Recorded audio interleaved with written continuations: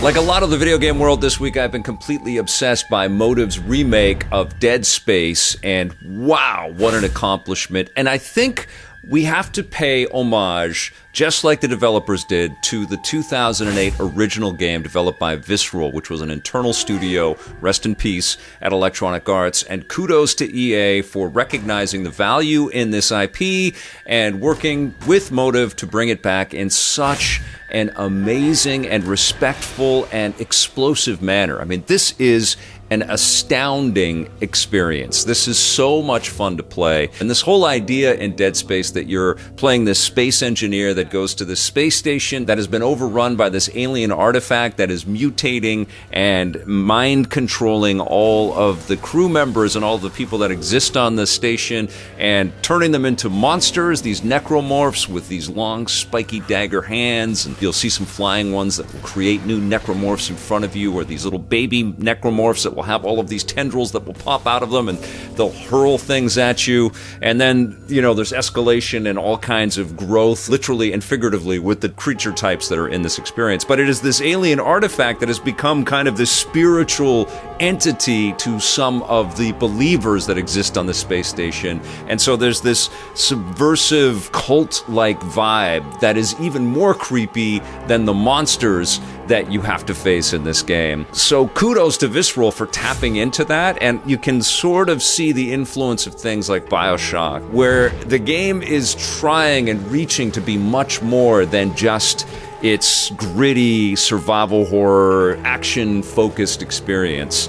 But that is what is amazing about this, because it is just incredibly buttery smooth to play. It is a great action game that's just a blast to play, that has this feast of narrative dressing that you can also dig into. You can pick up all of the textual tablets and you'll hear radio messages and you'll see these holographic scenes that are cut in real time to the gameplay, and it's all incredibly impressive. What's most impressive about this, though, is, well, there's two things. The audio is absolutely outstanding. I mean, it really transports you to the doom and gloom of this space station, and you feel every chunk of machinery that's working and trying to struggle to stay alive because the creatures are tearing this place apart, and you can feel them in, all around you, in all of the vents and behind the walls, and you can hear them skittering and screaming behind you. Even as video windows pop up where you're going to have a communication with somebody else that you're trying to survive with, there'll be this screech of terror, or when showers start up,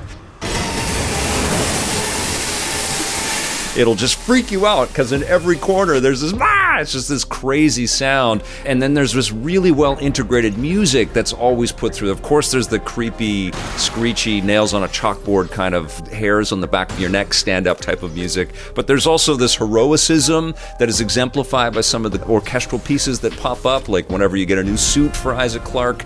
It's really cool. The music and the sound effects are just absolutely top tier, S tier, beautiful, incredible work there. And then you have to also take your hat off to the environments, which are lit perfectly.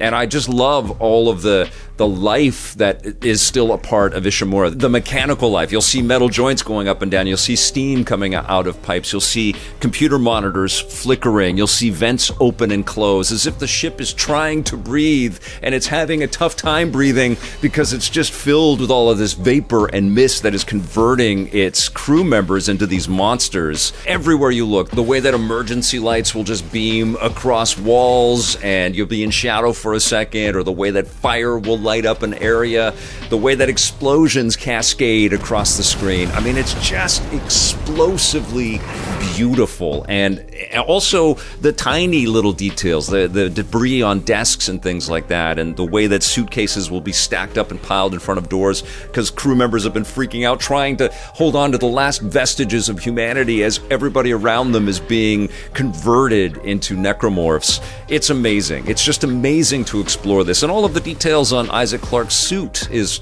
stupendous as well. And you'll accumulate new armament as you work your way into the game. And then if you pick up the digital deluxe edition, which is what EA sent me, thank you for the review code, by the way, EA. I enjoyed it thoroughly. You'll get a whole bunch of extra suits that you can dig into. And one of them had hands for antlers, and that was terrifying. The game is terrifying. It works on that level for sure. Everything wasn't totally perfect with my Dead Space playthrough, though. I did have kind of a bummer of an experience. I started this game on the PC. I streamed it with you guys and had a lot of fun on the stream, and I reached a point where I couldn't progress because I couldn't find a battery. And then I went back to the game and played it in ultra-wide, and it was just blowing me away as this super cinematic experience because it's so gorgeous, but I still could not find the battery. I couldn't find the battery to unlock a door that would allow me to keep progressing into the game, and I discovered that there was a bug with the PC version of the game, and I didn't want to start over because I'd already put in a couple of hours into the game, or 2 or 3 hours into the game, and then I'd done another hour and a half looking around trying to find the battery, and I looked on the internet and found that there was a bug there, and so I ended up starting over on the PS5, and I didn't have any issues there. I would say that some of the storytelling could have been done a little bit better. The character stuff is cool, but the only thing that I would say could have been improved on, and it's not so much a visual fidelity thing, I think it's more of a more interesting approach to telling this story with camera angles and getting a little bit closer. So maybe I'm amping up the visual fidelity on the faces when we get to see these characters in video screens and stuff like that, but also some new angles.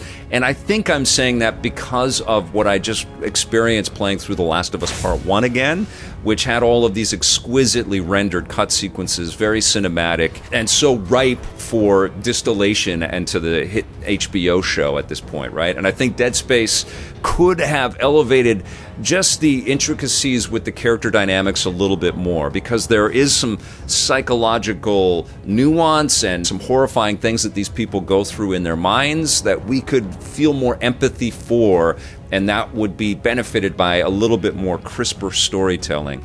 That's my only kind of issue with this, and as a conduit to that is some of the voice acting feels a little stiff, not as organic and natural as we had in something like The Last of Us Part 1.